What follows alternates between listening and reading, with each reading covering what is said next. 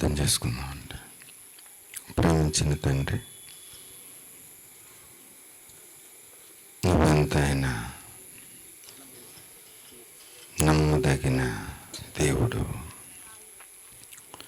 మేము నమ్మదగిన వారము, నువ్వు నమ్మదగిన దేవుడు. నీ నమ్మకం శాశ్వతమైనది. ఈరోజు ప్రపంచంలో ఉన్న మనుషులందరికీ నీ కుమారుని రాక గురించి సకల శాస్త్రాలు మించిన ఆత్మజ్ఞానం, దైవజ్ఞానం మీరు అందించండి అని మీ దీన దాసుల్ని, ఈ బలహీనుణ్ణి మీరు ఆవహించండి. నీ పరిశుద్ధాత్మతో రాయబడిన లేఖనాన్ని వివరించడానికి మానవ జ్ఞానం సరిపోదు కనుక నీ ఒక ఆత్మజ్ఞానం, దైవ జ్ఞానం మీరు ఈ రెండో రోజు వడ్డించండి అని ఆత్మల రక్షకుడైన యేసుక్రీస్తు వారి నామములో ప్రార్థించి స్తుతించి మమ్మల్ని అప్పగించి వేడుకుంటున్నాము తండ్రి. ఆమేన్. ప్రియమైన దేవుని వాళ్ళారా, దేవుడు ఈ లోకానికి అర్థం కాలేదని చెప్పుకోవాలండి. దేవుడు ఎందుకు అర్థం కాలేదంటే, ప్రియమైన దేవుని వాళ్ళారా, అసలు మనమేంటో మనకు అర్థం కాలేదు. దేవుని గురించి అర్థం చేసుకోకముందు అసలు మనం ఏంటి, నేనేంటి, ఈ లోకం ఏంటి, నేను 70-80 సంవత్సరాల తర్వాత మళ్ళీ ఈ లోకాన్ని వదిలేసి వెళ్ళిపోవటం ఏంటి, ఇదేదో ఒక విడ్డూరంగానే ఉంది అని అసలు మనిషి గురించే మనిషికి అర్థం కాలేదండి. ప్రతి ఒక్కరి గురించి మనం వాళ్ళ గురించి, వాళ్ళ గురించి నిజంగా మనం చదువుకుంటూ ఉంటాం, చూస్తూ ఉంటాం, ఎన్నో కథలు వింటూ ఉంటాం, అందరి గురించి ఆలోచించుకుంటూ ఉంటాం, పరిశోధన చేస్తూ ఉంటాం. కాబట్టి అందరి గురించి ఆలోచించే మనం అసలు నేను మాయమైపోవటం ఏంటి, చిన్న ప్లస్ చేసి అలా తగిలించటం ఏంటి, ఎంత తెలివితేటలున్న నేను ఇవన్నీ వదిలేసి మా ఊరిని, మా సంఘాన్ని, మా కుటుంబాన్ని ఇదంతా వదిలేసి నేను మాయమైపోవటం ఏంటి, అసలు ఎక్కడికి వెళ్ళిపోతున్నాను, అసలు ఏంటి నేను అని ఏ ఒక్కరూ ఆలోచించేయట్లేదు ప్రియమైన దేవుని వాళ్ళారా. అందుకే ఆయన బాధపడుతున్నాడండి. ఆయన బాధపడుతున్నాడు. నేను పిల్లల్ని పెంచి గొప్పవారిగా చేశాను అంటున్నాడు. ఏమంటే ఒక తండ్రి అన్నీ ఇచ్చిన తర్వాత, కోట్ల ఆస్తి ఇచ్చిన తర్వాత, అన్నీ ఇచ్చిన తర్వాత నువ్వెవరవో నాకు తెలియదు అన్నాడు అనుకోండి నా కొడుకు, అతను ఏమైపోతాడండి? ఏంట్రా, చిన్నప్పటి నుంచి నీకు నేను ఎంత సేవ చేశానురా, ఒక తండ్రిగా నేను ఫీల్ అవ్వలేదురా, ఒక స్నేహితుడిగా ఉన్నాను నీకు. నీకేం కావాలితే, నీకు డబ్బు కావాలితే డబ్బు ఇచ్చాను, కారు కావాలితే కారు ఇచ్చాను, బండి కావాలితే బండి ఇచ్చాను, నువ్వేది అడిగితే అది ఇచ్చాను, ఏది తక్కువ చేశాను. నువ్వెవరో నాకు తెలియదన్నా చూసావా, చాలా బాధరా అని ఒక తండ్రి ఆ బాధ ఎవరితో చెప్పుకుంటాడండి? ఆ బాధ ఎవరితో చెప్పుకుంటాడు? ఆయన బాధ, ఆయన ఆవేదన ఎవరితో చెప్పుకుంటాడు తెలుసండి? ఇంట్లో పనిచేసే పనోడిని కేకేస్తాడు. ఒరే, పని చేస్తానికి నిన్ను ఎట్టుకుని ఎన్ని సంవత్సరాలు అయిందిరా, ఇన్ని సంవత్సరాల నుంచి నన్ను చూస్తున్నావు కదా, నేను ఎప్పుడైనా ఎక్కడైనా అడిగి లోడ్ చేశాను నా కొడుక్కి. కానీ ఆడు నన్ను అసలు పట్టించుకుంటలేదు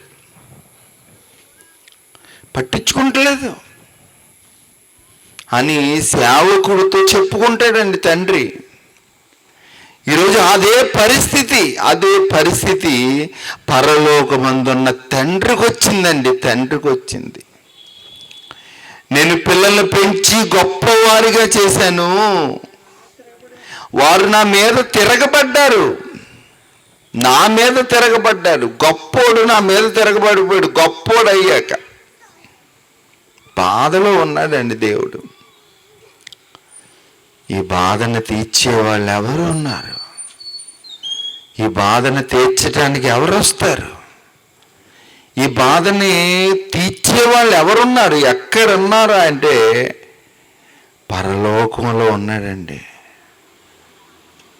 పరలోకంలో ఉన్నాడు ఆయన. ముద్దు కుమారుడు.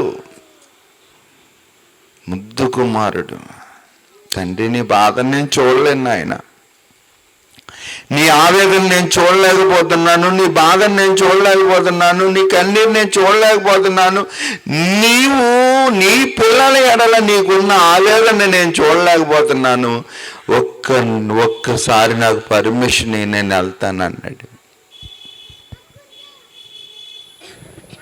ఎవరు పర్మిషన్ తీసుకున్నాడు?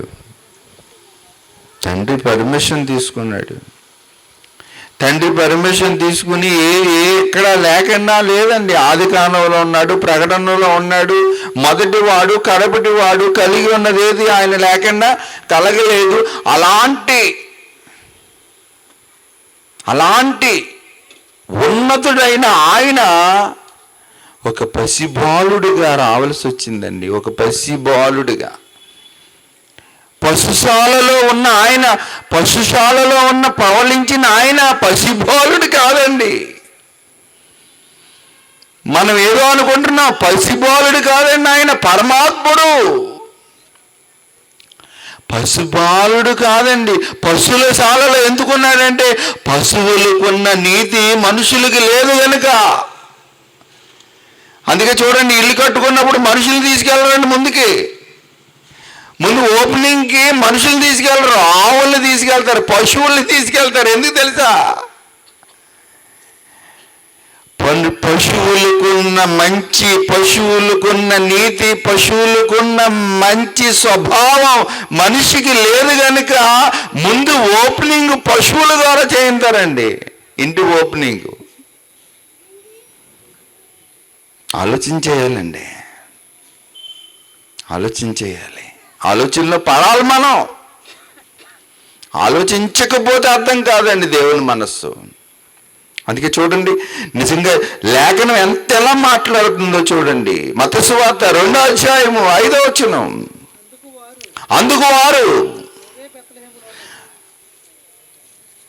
ఒక చిన్న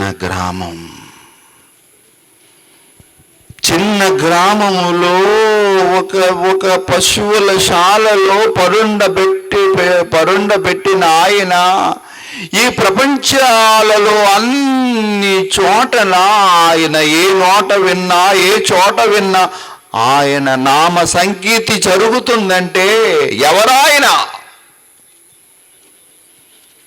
ఎక్కడి నుంచి వచ్చారు? ఎక్కడికి వెళ్ళిపోయారు? ఆయనకున్న విధానం ఏంటి? ఆయన ఎవరు? ఏమనుకుంటుంది ఈ సమాజం? ఏమనుకుంటుంది ఈ మనుషులు? అది వివరించాలి దేవుడు ఈరోజు. దానియేలు గ్రంథం 2వ అధ్యాయము. ఇది మానవుడు వర్ణించలేని మహాజ్ఞానం, మానవ శక్తికి అందనిది, మానవ అతీతమైన మహాజ్ఞాన సంగతులు ఇవి. ఆలోచించేయాలండి. 2వ అధ్యాయము 26, 27 వచనాలు. రాజు నేను చూచిన కలయు దాని భావమును తెలియజెప్పుట. మీకు చెప్పగలుగురా? మీరు చెప్పగలదురా అని అడుగుతున్నాడు. ఎవరిని అడుగుతున్నాడు? ఎవరిని అడుగుతున్నాడు? దానియేలు గారిని. ఏమండి, నేను చూసిన కలయు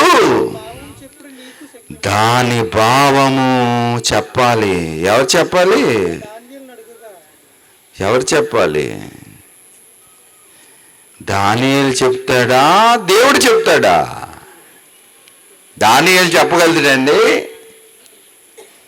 ఇప్పుడు నేను చెప్పలేను దాన్ని.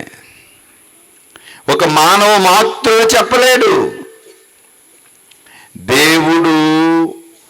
దేవుని మహాజ్ఞానం మనిషికి అర్థం అవ్వాలంటే మానవ ఆలోచనలు సరిపోవండి. కనుక దైవావేశం వల్ల కలిగిన లేఖనం ఇది. ఏ ఆవేశం వల్ల కలిగిందండి?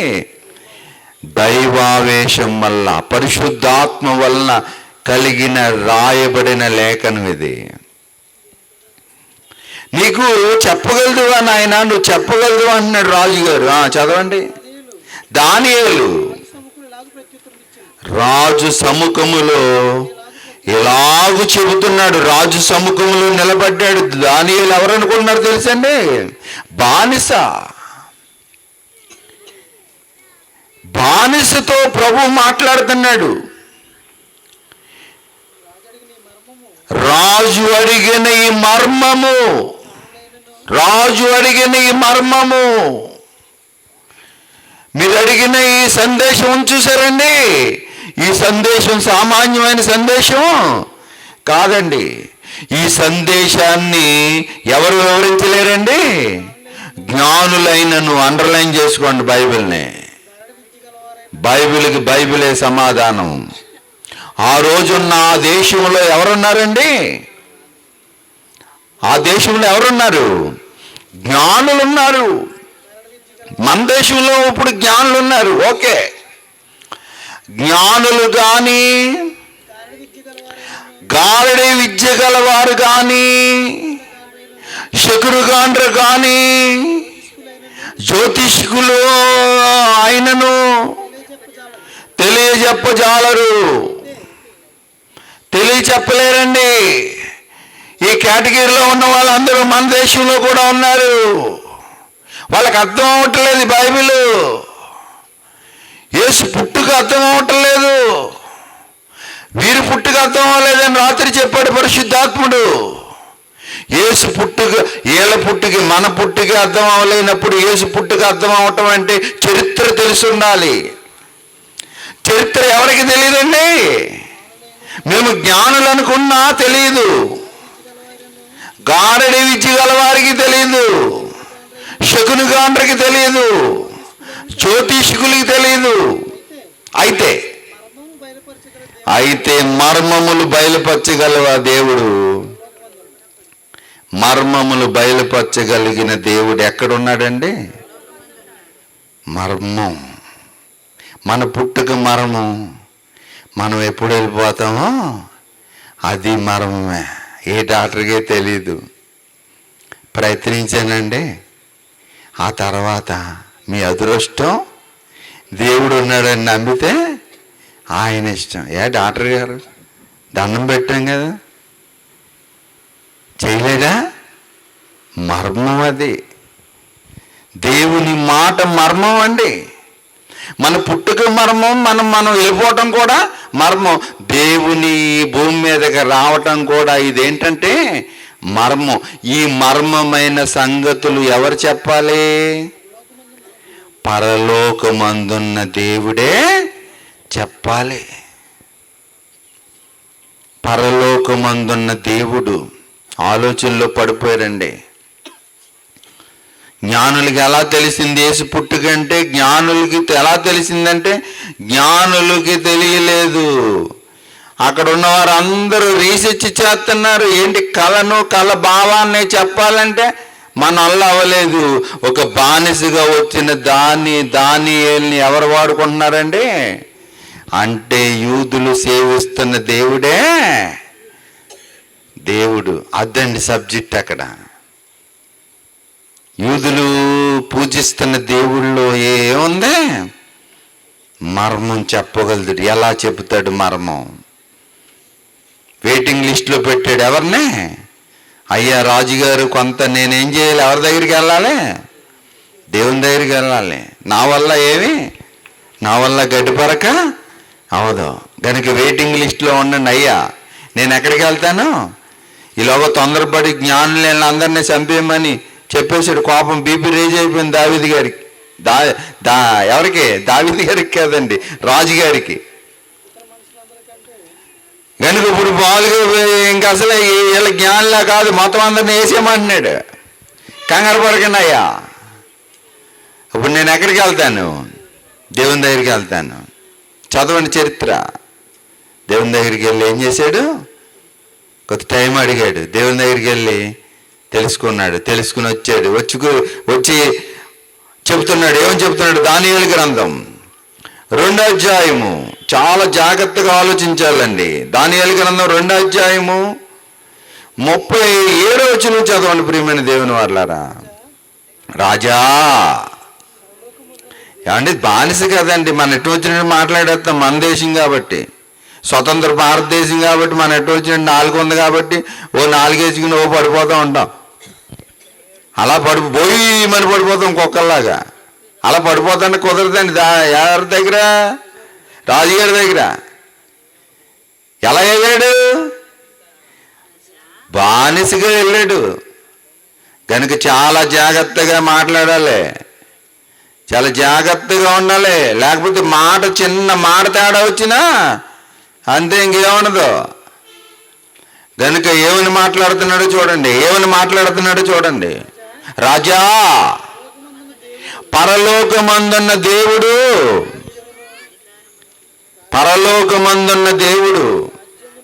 రాజ్యమును అధికారమును. ఏమండి నిజంగా చాలా జాగ్రత్తగా ఆలోచించాలండి. 2వ రాత్రి రాజ్యమును అధికారమును బలమును ఘనతయు తమరికి అనుగ్రహించారు. తమరు రాజులకు రాజే ఉన్నారు. ఆయన మనుషులు నివసించి ప్రతి స్థలమందును మనుషులనేమి, భూజంతువులనేమి, ఆకాశ పక్షులనేమి అన్నిటినీ ఎవరి చేతికి అప్పగించారండి? దేవుడు. అయ్యా మీ చేతికి అప్పగించారు. వారందరి మీద మిమ్మల్ని రాజుగా పెట్టాడు దేవుడు. మీకు ప్రభుత్వాన్ని ఇచ్చాడండి. ఎవరు? దేవుడిచ్చాడు ప్రభుత్వం. అయ్యా నిజమేనండి, చెబుతున్నాడండి. కథ చెప్పాలి, దాని భావం చెప్పాలి, చెడు సంగతి కాదండి. చెబుతున్నాడు అన్నమాట. తామే ఆ బంగారపు శిరస్సు. అండర్లైన్ చేసుకోండి.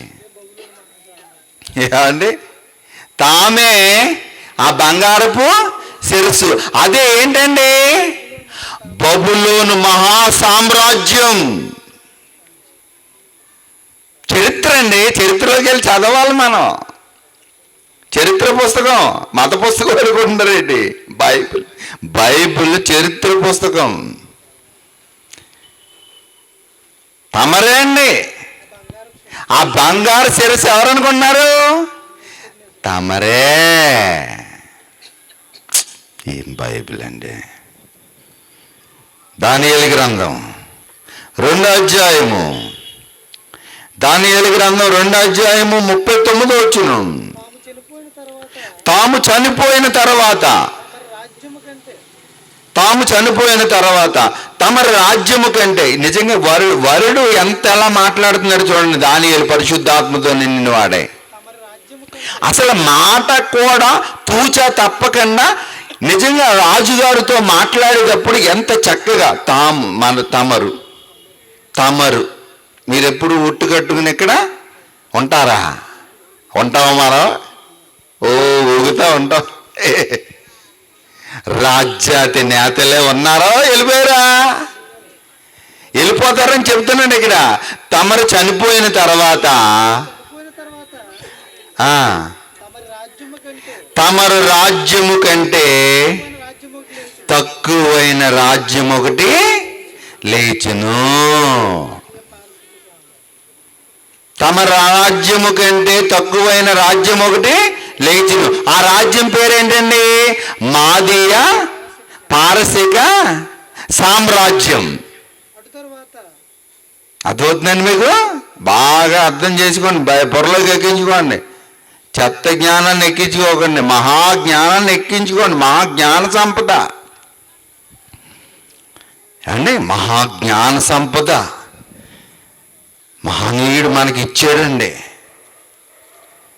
తర్వాత అటు తర్వాత లోకమంతా ఏలినట్టి మూడో రాజ్యం ఒకటి లేచును. లోకమంతా ఏలినట్టి ఒక రాజ్యము లేచును. అది ఎత్తడి వంటిది. అది ఏ సామ్రాజ్యం అండి? గ్రీకు సామ్రాజ్యం. చరిత్ర గ్రీకు సామ్రాజ్యం. సామ్రాజ్యాల గురించి మాట్లాడుతున్నాడు. రాజుగారి కళ వచ్చింది, అన్యజనుడితో మాట్లాడుతున్నాడు. అన్యజనుడికే వచ్చిందా అంటే అన్యజనుడికే వచ్చింది.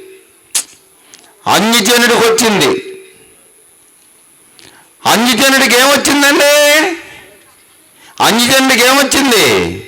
కళ వచ్చింది. అన్య రాజులతో మాట్లాడుతున్నాడండి. సబ్జెక్టు అన్య రాజులతో మాట్లాడుతున్నాడు. మహాజ్ఞాన సంగతులు మాట్లాడుతున్నాడండి దేవుడు. అదే గ్రీకు సామ్రాజ్యం. గ్రీకు సామ్రాజ్యం. సామ్రాజ్యాల గురించి మాట్లాడుతున్నాడు. పరిశుద్ధాత్మతో నిండిన వాడే సామ్రాజ్యాల గురించి మాట్లాడుతున్నాడు. పరిశుద్ధాత్మతో మాట్లాడుతున్నాడు. రాజులతో మాట్లాడుతున్నాడు. రాజులతో మాట్లాడుతున్నాడు. ఎవరు మాట్లాడుతున్నాడు? రాజులతో ఎవరు మాట్లాడుతున్నాడు? పరిశుద్ధాత్మ దేవుడు మాట్లాడుతున్నాడు. రాజులతో మాట్లాడుతున్నాడు. రాజులతో మాట్లాడుతుంటే ఎలా ఉందండి? మాట్లాడుతుంటే ఎలా ఉంది? సబ్జెక్టు సంచలనం కింద ఉందన్నమాట. సంచలనం కింద ఉంది. చదవండి. పిమ్మట నాలుగో రాజ్యం ఒకటి లేచును. నాలుగో రాజ్యం. ఆ నాలుగో రాజ్యం ఎవరండి? రోమా సామ్రాజ్యం. అదే సామ్రాజ్యం అండి, రోమా సామ్రాజ్యం. అది ఎలా ఉంటుందంట? అది ఇనుము వలె బలముగా ఉండును. అది ఇనుము వలె ఎలా ఉంటుందంటే బలముగా ఉంటుంది. రోమా సామ్రాజ్యం. నిజంగా సామ్రాజ్యాల గురించి మాట్లాడి అంత చరిత్ర అండి ప్రభుదే. యేసు ప్రభు ఎలా పుట్టాడంటే చిన్నింటోడు కాదండి. యేసుక్రీస్తు అంటే చిన్నవాడు కాదు. చిన్నగా మనం తలంచుకోకూడదు. చిన్నగా మనం యోచించుకోకూడదు. దేవుని స్వభావాన్ని, దేవుని యొక్క గుణ లక్షణాన్ని, దేవునికున్న అధికారాన్ని, దేవునికున్న ప్రభావ మహిమను, దేవునికున్న ప్రభావ మహిమను మనం ఎలా ఎంచుకోకూడదండి? చిన్నగా ఎంచుకోకూడదండి. చిన్నగా ఎంచుకుంటే ఏమైపోతాం? మనం ఏమైపోతాం? ఇబ్బంది అయిపోద్ది. ఆ రాజుల కాలములో పరలోకమందున్న దేవుడు ఒక రాజ్యాన్ని ఏం చేశాడండి? స్థాపించాడు. ఏమండి? ఆ రాజుల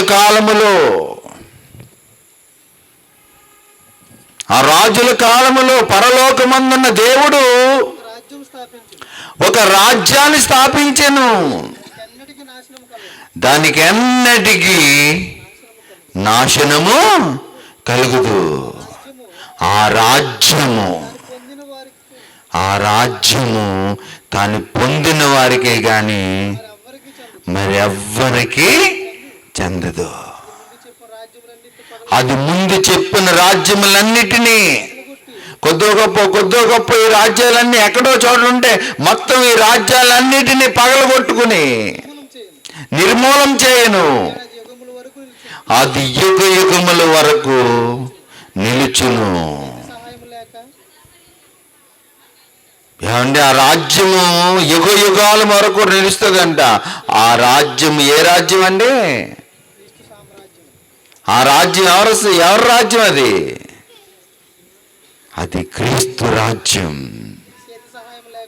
చేతి సహాయము లేక ఎవరు కూడా ఏ విధానంగా లేకుండా పరలోకమందున్న దేవుడు, అసలు ఎవరి సహాయం లేకుండా పరలోకంలో ఉన్న దేవుడు భూమి మీదకి మనిషిగా రాగలదుడు. శాస్త్రానికి అందుతుంది లేదా? అందదు. మరి శాస్త్రానికి అందని నిర్మాణం,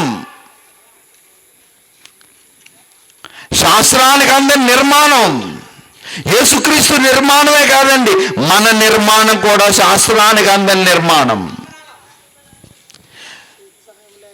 చేతి సహాయము లేక పర్వతము నుండి తీయబడిన రాయి ఇనుమును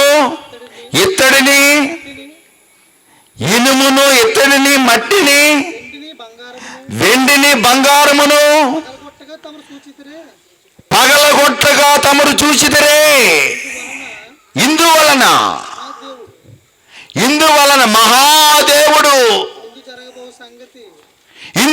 మహాదేవుడు అండర్లైన్ చేసుకోండి. దేవుడు కాదు ఈయన, మహాదేవుడు. కుమారుడు కాదు ఈయన, మహాశక్తివంతమంతుడు. బాలయేసు అనుకుంటున్నారా? కాదు, బాలుడు కాదు ఆయన, సార్వభౌముడు, సర్వలోక న్యాయాధిపతి, మహాదేవుడు. ముందు జరగబో సంగతి రాజుగారికి తెలియజేయుచున్నాడు.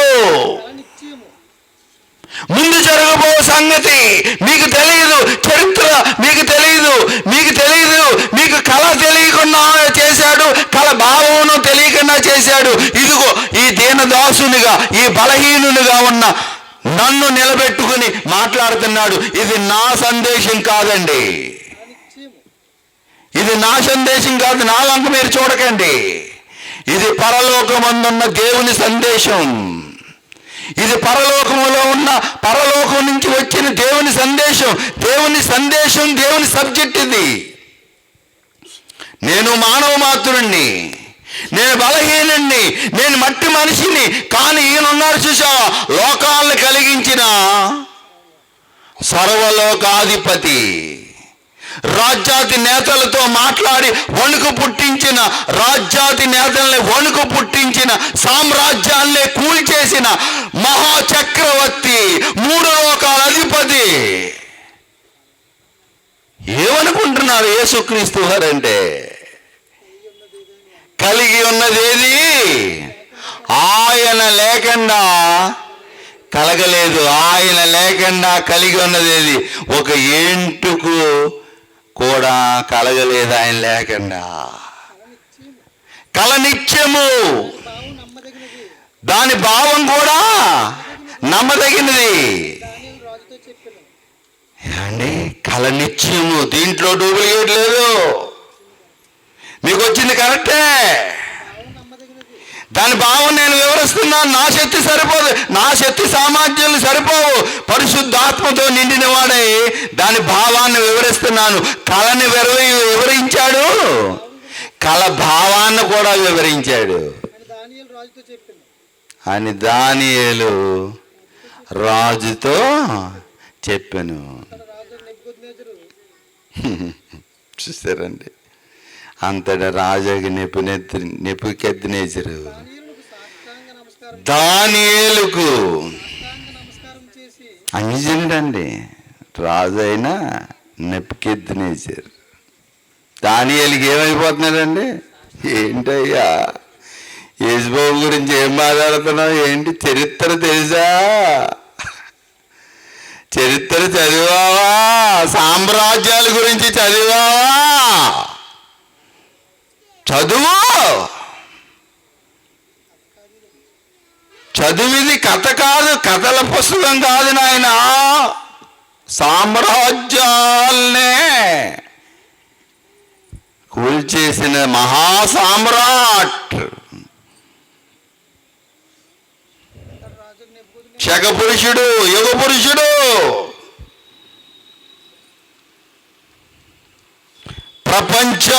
ప్రపంచానికి యేసుక్రీస్తు పుట్టాడని ప్రపంచమంతా పండగ చేసుకుంటుంది, ఒక దేశం కాదు.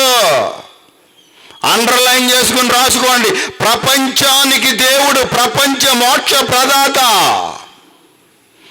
ఖండాంతరాలు దాటింది ఆయన కీర్తి. ఆయన కీర్తిని తగ్గించడానికి ఎవరికి సాధ్యమో ఆయనతో పెట్టుకుంటే ఏ దేశం అయినా దెబ్బతింటుంది అంటున్నాడు. వద్దు.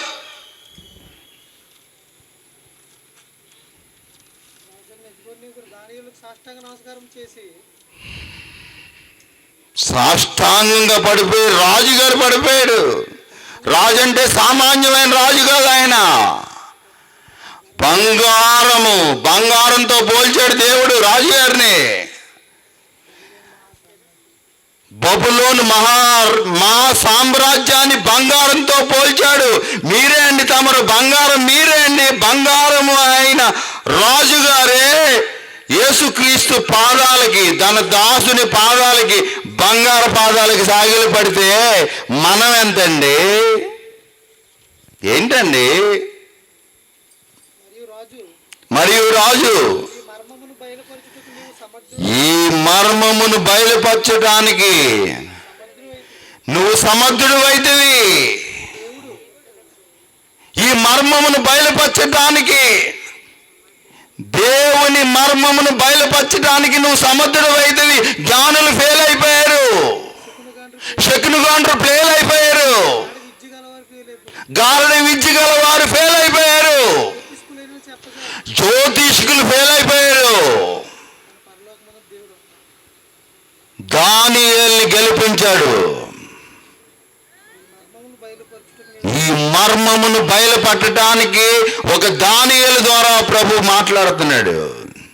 ఈరోజు మనతో మాట్లాడుతున్నాడు. కుమారుని సన్నిధి పలమూరు అనే ఈ మారుమూల గ్రామంలో ఉన్న ఈ చిన్న సంఘంతో ఎక్కడి నుంచో దైవ సేవకులను ఇక్కడికి రప్పించి ఈ మహాజ్ఞాన సంగతులు ఈ ప్రపంచంలో శాటిలైట్లోనికి వెళ్ళిపోవటానికి ప్రపంచ నియంతలు చూసినట్లుగా మారుమూల గ్రామంలో ఉన్న ఈ చిన్న సంఘంలోంచి ప్రపంచ రాజ్యాది నేతలకి బైబిల్ అంటే ఏంటో బోధిస్తున్నాడు. చరిత్ర పుస్తకం ఇది.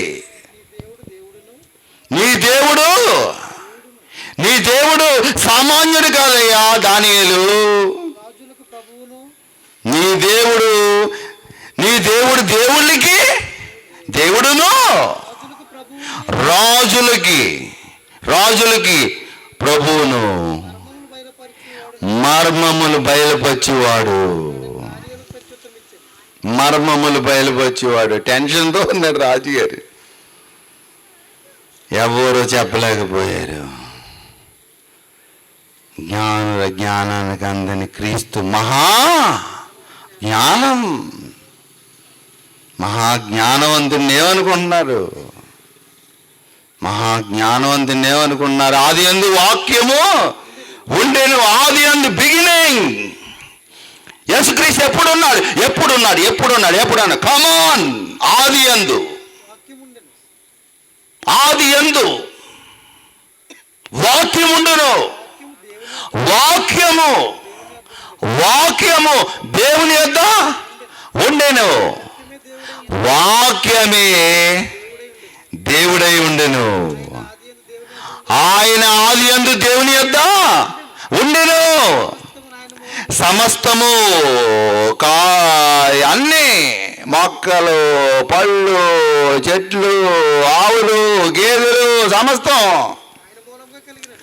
సమస్తము ఆయన మూలముగా కలిగెను. కలిగి ఉన్నదేది ఆయన లేకుండా కలగలేదు. ఆయనలో జీవముండెను, ఆ జీవము మనుషులకి వెలుగై ఉండెను. ఆ వాక్యమే శరీరధారి అయి కృపా సత్య సంపన్నుడిగా ఎక్కడ ఉన్నాడు? యేసుక్రీస్తు ఎక్కడ ఉన్నాడు? నీలో ఉన్నాడు. నీలో పుట్టాడు, నాలో పుట్టాడు, మనలో పుట్టాడు, ప్రపంచం అంతా పుట్టేశాడు. వాక్యము ఎవరికి వచ్చినో వారే దైవాలు. కత్తి పట్టుకోము, కర్ర పట్టుకోము, తుపాకీ గొట్టం పట్టుకోము, ఒక స్త్రీని పాడు చేయు, ఒక స్త్రీని ఇబ్బంది పెట్టం, ఒకరిని ఎవరికి అన్యాయం చేయడు. క్రైస్తవుడు పాపాన్ని జయించిన వాడు, శరీరాన్ని జయించిన వాడు, లోకాన్ని జయించిన వాడు, పరిశుద్ధుడిగా మారిన వాడే క్రైస్తవుడు. వేషలు మారిపోతున్నారు, సోట్లపురం దొంగలు మారిపోయారు, సువర్తపురం అయిపోయింది. ప్రపంచ రాజ్యాధి నేతలను కుదిపెడుతున్నాడు 3 లోకాల అధిపతిగా. అదే మహాసామ్రాజ్యం, దానికి నాశనం లేని సామ్రాజ్యం. ఆ సామ్రాజ్యాన్ని నువ్వేం చేయాలనుకుంటున్నావు? ఆ సామ్రాజ్యాన్ని నువ్వేం చేయాలనుకుంటున్నావు? దాన్ని టచ్ చేయటానికి వీలు లేదు. అది మహాసామ్రాజ్యం.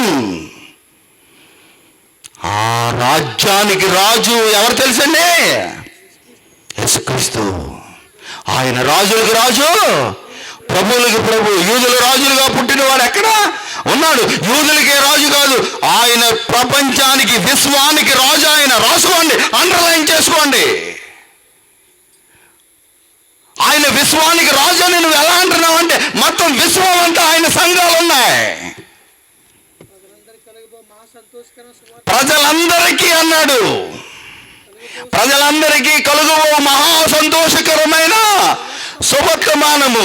యేసుక్రీస్తు కొందరికి ప్రభువు కాదు, యేసుక్రీస్తు అందరికీ ప్రభు.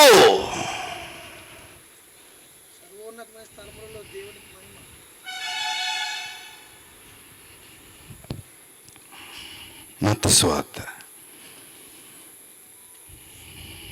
2వ అధ్యాయం 5వ వచనం. అందుకు వారు యూదయ బెత్లెహేములోనే, అనగా